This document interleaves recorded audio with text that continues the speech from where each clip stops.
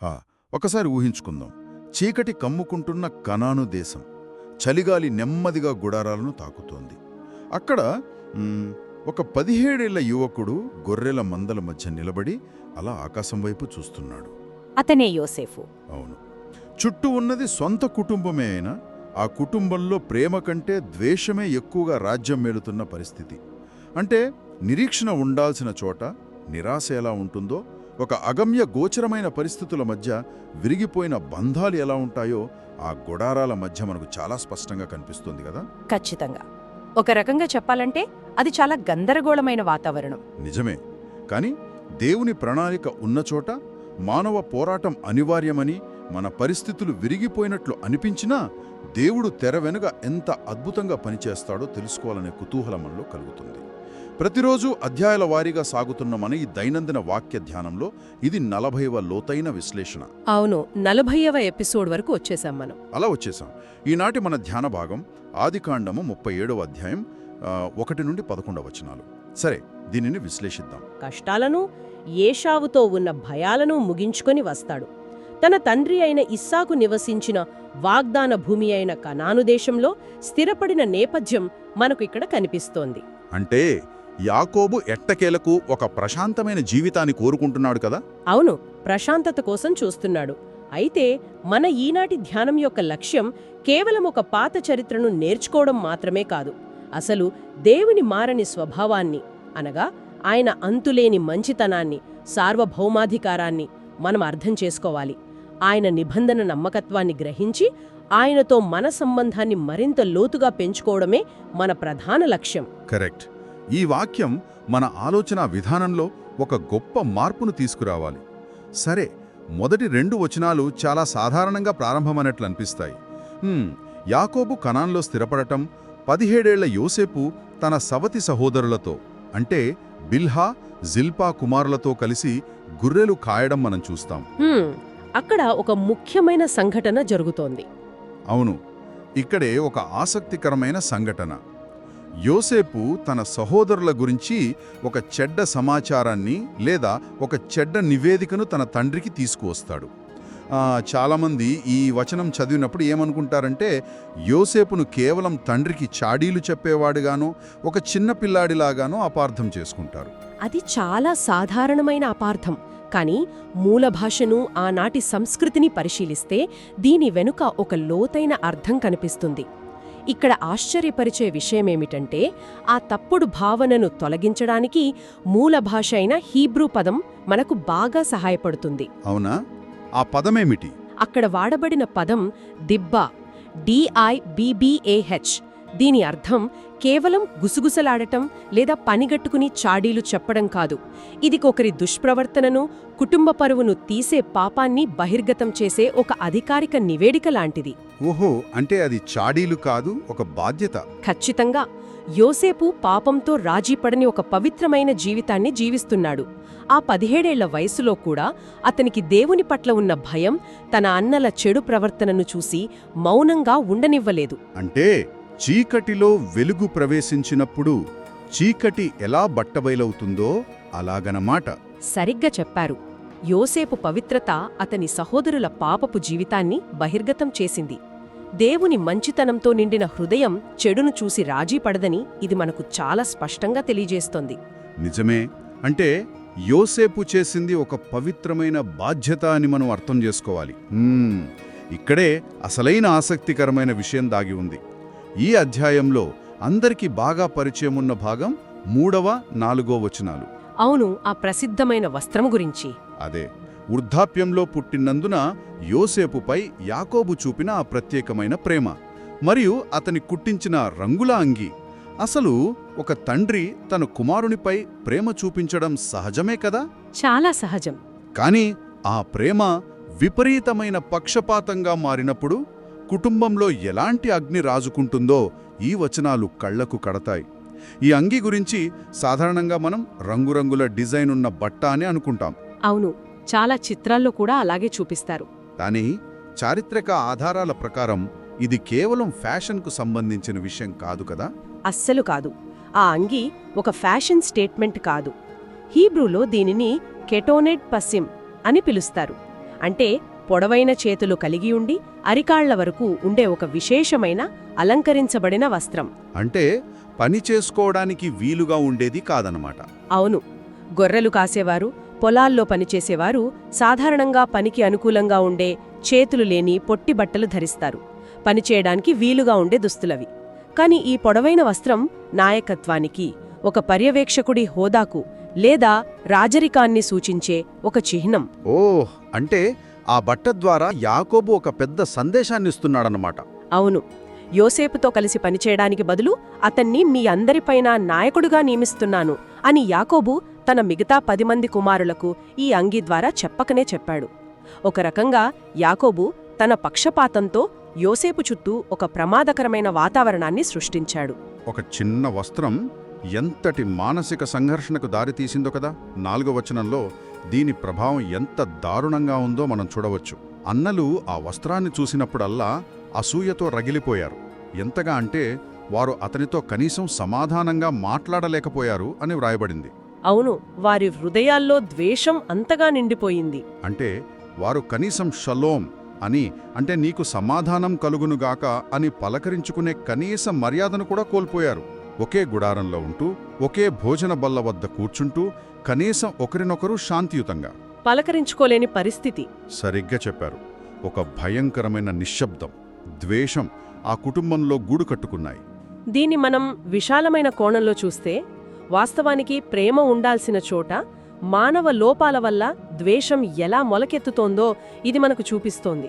పక్షపాతం ఒక కుటుంబాన్ని ఎలా విడదీస్తోందో యాకోబు జీవితమే ఒక గొప్ప ఉదాహరణ. నిజమే. అయినప్పటికీ ఇక్కడ మనం దేవుని దయ, ఆయన ప్రేమ ఎంత గొప్పవో గమనించాలి.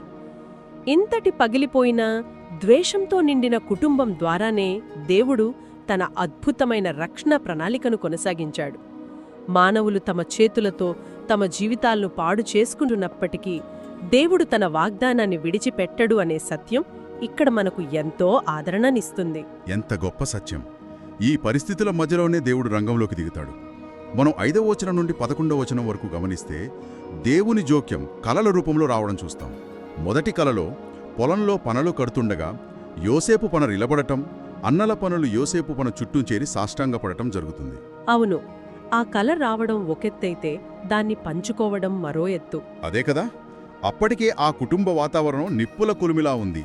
దానికి తోడు యోసేపు ఈ కలను అన్నలతో పంచుకోవడం చూస్తే అతనిలో ఒక విధమైన అమాయకత్వం కూడా కనిపిస్తుంది. కాని ఆ కల వెనకున్న దేవుని ఉద్దేశం చాలా స్పష్టంగా ఉంది. ఆనాటి ప్రాచీన కాలంలో దేవుడు తన ఉద్దేశాలను, భవిష్యత్తు ప్రణాళికలను బయలుపరచడానికి కలలను ఒక ముఖ్యమైన మాధ్యమంగా వాడుకునేవాడు. ఈ మొదటి కలలోని ఆ పనులు వ్యవసాయానికి సంబంధించిన ఒక దృశ్యం. ఇది భవిష్యత్తులో రాబోయే భయంకరమైన కరువును మరియు దేవుడు యోసేపు ద్వారా ప్రపంచానికి అందించబోయే జీవాహారాన్ని ముందే సూచిస్తోంది. అక్షరాల దేవుడు యోసేపును ఐగుప్తులో ఒక గొప్ప అధికారిగా చేస్తాడు గదా భవిష్యత్తులో. అవును, తన స్వంత అన్నలు ఆహారం కోసం అతని ముందు తలవంచేలా చేస్తాడు. ఇది అన్నలను అవమానించడానికి దేవుడిచ్చిన కల కాదు, వారిని ప్రాణాపాయం నుండి రక్షించడానికి దేవుడు ఏర్పాటు చేసిన ఒక అద్భుతమైన ప్రణాళిక. కాని అన్నలు మాత్రం ఆ కలను అలా అర్థం చేసుకోలేదు. నీవు నిజంగా మమ్మల్ని ఏలుతావా అని మరింత ద్వేషం పెంచుకున్నారు.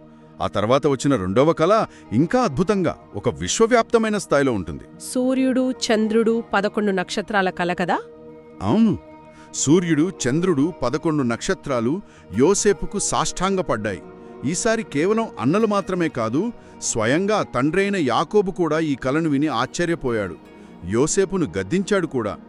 నేను, నీ తల్లి, నీ సహోదరులు నీకు సాష్టాంగపడతామా అని ప్రశ్నించాడు. విశ్వంలోని గొప్ప జ్యోతులు ఒక 17 ఏళ్ల యువకుడికి వంగి నమస్కరించడం వెనక ఉన్న ఆంతర్యం ఏమిటి? ఈ రెండవ కలను మనం మరింత లోతుగా గమనించాలి. సూర్యుడు, చంద్రుడు, నక్షత్రాలు అనేవి దేవుని సృష్టిలో గొప్ప ఆధిపత్యానికి గుర్తులు. ఇవి దేవుని వాగ్దాన జనాంగ్రమైన ఇజ్రాయేలు భవిష్యత్తును ప్రతీకాత్మకంగా సూచిస్తున్నాయి. అంటే ఇది కేవలం ఒక కుటుంబ పంచాయతీ కాదు. ఖచ్చితంగా కాదు. ఇది కేవలం ఒక కుటుంబంలోని ఆధిపత్య పోరు కాదు. ఇది దేవుడు ఒక జనాంగాన్ని కాపాడటానికి రచిస్తున్న విశ్వవ్యాప్తమైన ప్రణాళిక. భవిష్యత్తులో ఇజ్రాయేలు వంశాన్ని ఒక గొప్ప కరువు నుండి రక్షించడానికి దేవుడి 17 ఏళ్ల యువకుణ్ణి ఎంచుకోవటం దేవుని అనంతమైన సార్వభౌమాధికారాన్ని చూపిస్తుంది. దేవుని ప్రణాళిక ఎంత గొప్పదో గదా. అవును, ఈ కలల ద్వారా దేవుడు తన నిబంధన నమ్మకత్వాన్ని భవిష్యత్తులో ఎలా నెరవేరుస్తాడో ఇక్కడ స్పష్టంగా ప్రకటించాడు. యాకోబు బయట గద్దించినా అంతరంగంలో మాత్రం ఈ మాటను మనస్సులో ఉంచుకున్నాడు అని లేఖనం చెబుతోంది. అది చాలా ముఖ్యమైన పాయింట్.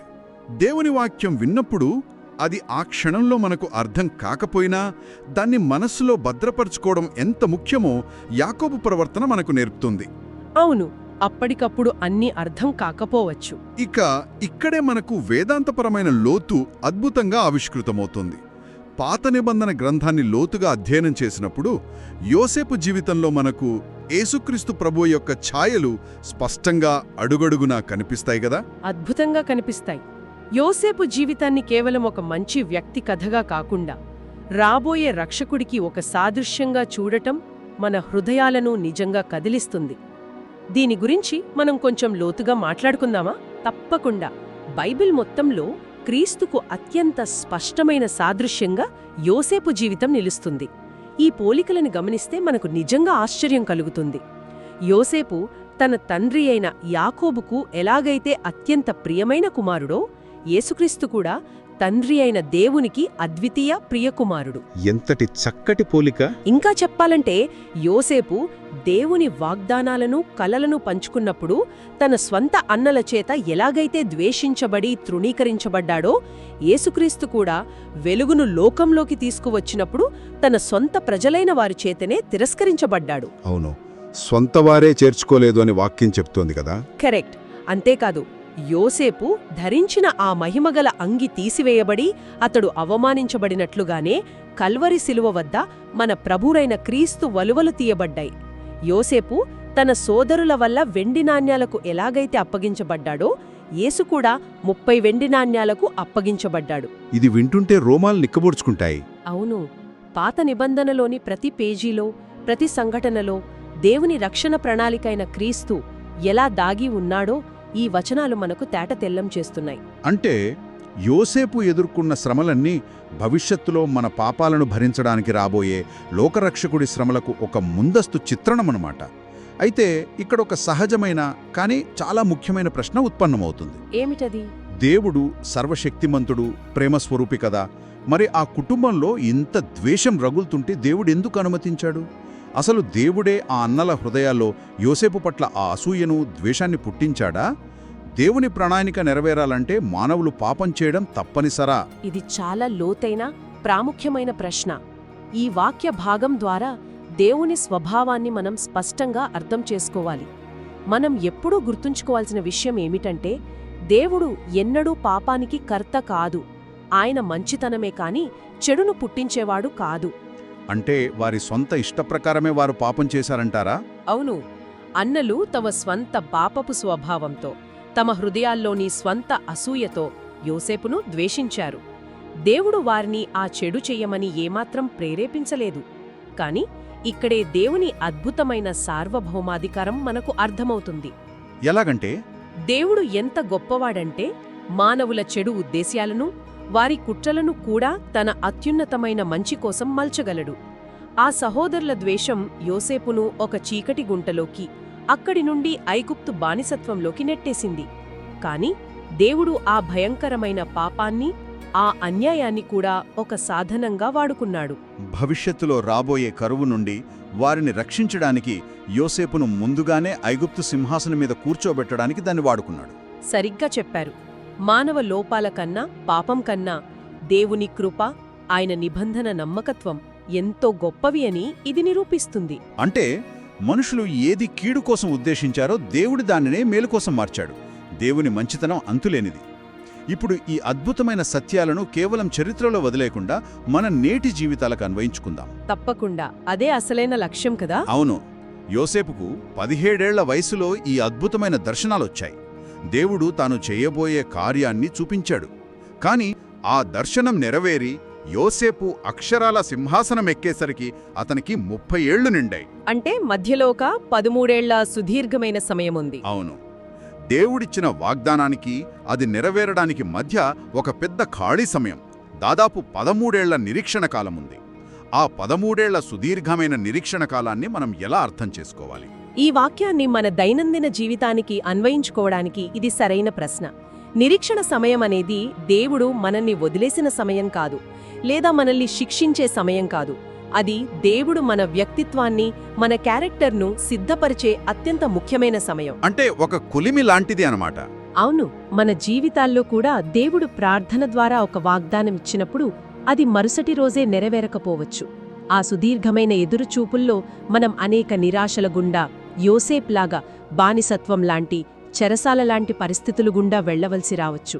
దేవుడు మనకొక సింహాసనాన్ని వాగ్దానం చేస్తే దానికి వెళ్లే దారి ఒక చీకటి గుంటగుండా ఉండవచ్చు. ఈ మాట చాలా బలంగా ఉంది. గుంటగుండా సింహాసనానికి దారి. గుర్తుంచుకోవాల్సిన అద్భుతమైన సత్యమేమిటంటే, ఆ గుంటలో పడకుండా మనం ఎప్పటికీ సింహాసనం ఎక్కలేం. ఆ 13 ఏళ్ల నిరీక్షణలో యోసేపు ఎన్నో అవమానాలు పడ్డాడు, అన్యాయంగా నిందలు మోశాడు. కాని తన దేవుని పట్ల నమ్మకత్వాన్ని మాత్రం వదులుకోలేదు. దేవుని పాత్ర గురించి అతనికి స్పష్టమైన అవగాహన ఉంది. మనం కూడా మన జీవితాల్లో ఇలాంటి పరిస్థితులనే ఎదుర్కొంటూ ఉంటాం కదా. మన సొంతవారే మనల్ని తప్పుగా అర్థం చేసుకున్నప్పుడు, ఒంటరితనంతో బాధపడుతున్నప్పుడు, మనం చేసే మేలుకు కీడు ఎదురైనప్పుడు దేవుడు మౌనంగా ఉన్నాడని మనం భావిస్తాం. మన ప్రార్థనలో ఆకాశాన్ని దాటడం లేదని అనుకుంటాం. చాలాసార్లు మనం అలానే నిరాశపడతాం. కానీ ఈ రోజుటి వాక్యం మనకొక కొత్త కోణాన్ని చూపిస్తోంది. దేవుడు నిశ్శబ్దంగా ఉన్నాడంటే ఆయన మనల్ని మర్చిపోయాడని కాదు, ఆయన తెర వెనుక మన కోసమే ఒక గొప్ప కళాఖండాన్ని రచిస్తున్నాడని అర్థం. ఈ బైబిల్ అధ్యయనం ద్వారా మన మెదడుకు కొంత జ్ఞానాన్ని పెంచుకోవడం మాత్రమే కాదు మన లక్ష్యం. కాదు, అస్సలు కాదు. ఈ రోజంతా దేవుని మారని స్వభావాన్ని, అనగా ఆయన గొప్పతనాన్ని, ప్రేమను ధ్యానిస్తూ ఉండాలి. ఈ సత్యాలు దేవునితో మన సంబంధాన్ని ఎలా మార్చాలి, మన ప్రార్థనా జీవితాన్ని ఎలా బలపరచాలి అని మనం ఆలోచించాలి. నిజమే, ఈ వాక్యాధ్యానం అనేది మన దైనందిన జీవితంలో ఒక గొప్ప పరివర్తనను తీసుకురావాలి. మన పరిస్థితులు ఎలా ఉన్నా, అది కుటుంబ సమస్య కావచ్చు, ఆర్థిక ఇబ్బందులు కావచ్చు, లేక భవిష్యత్తు గురించి భయం కావచ్చు, దేవుని ఉనికి, ఆయన సర్వాధికారం ఎప్పుడూ మనకు తోడుగానే ఉంటాయని ఈ అధ్యాయం మన విశ్వాసాన్ని బలపరుస్తుంది. ఆయన ఎప్పుడూ మనల్ని విడిచిపెట్టడు. అవును, మనం కార్చే కన్నీళ్లను దేవుడు ఎన్నడూ వృధా పోనివ్వడు. వాటిని తన రక్షణ ప్రణాళికలో భాగం చేస్తాడు. దేవుని మంచితనం, ఆయన గొప్పతనం అన్నీ సవ్యంగా ఉన్నప్పుడు కాదు, కఠినమైన పరిస్థితులలోనే, అగమ్యగోచరమైన చీకటిలోనే అత్యంత ప్రకాశవంతంగా వెల్లడి అవుతాయి. దేవునిపై మనకున్న నమ్మకం కేవలం ఆయన ఇచ్చే ఆశీర్వాదాలపై కాకుండా, ఆయన ఎవరు అనే సత్యం మీద ఆధారపడి ఉండాలి. చాలా అద్భుతంగా చెప్పారు. మనం ముగించే ముందు ఒక లోతైన ఆలోచనను మనం మనసులో ఉంచుకుందాం. మన జీవితాల్లో మనం ప్రస్తుతం ఎదుర్కొంటున్న చీకటి గుంట భవిష్యత్తులో దేవుడు మనల్ని కూర్చోబెట్టబోయే సింహాసనానికి ఒక మెట్టు మాత్రమే అయితే. అది నిజంగా మన దృక్పథాన్ని మార్చేస్తుంది. అవును, మన చుట్టూ ఉన్న మనుషులు మారకముందే, పరిస్థితులు బాగుపడకముందే దేవుడు మనల్ని అపారంగా ప్రేమిస్తాడన్న ఈ అద్భుతమైన సత్యం మనం మేల్కోగానే దేవునితో మనం చేసే ప్రార్థనను ఎలా మార్చబోతోంది. ఈ లోతైన ఆలోచనను ఈ రోజంతా మన హృదయాల్లో భద్రంగా ధ్యానించుకుందాం. తప్పకుండా. ఈ వాక్యం విన్న తర్వాత మనం తీసుకోబోయే ఒక ఆచరణాత్మకమైన అడుగు ఏమిటో మాకు తెలియచేద్దాం. మరియు మన ఆత్మీయ సహోదర సహోదరీల విశ్వాసాన్ని బలపరచడానికి ఈ సందేశాన్ని వారితో తప్పక పంచుకుందాం. అవును, మన తదుపరి వాక్య ధ్యానం కోసం ఈ ఛానల్ని సబ్స్క్రైబ్ చేసుకుందాం. దేవుడు మనలను ఆశీర్వదించునుగాక.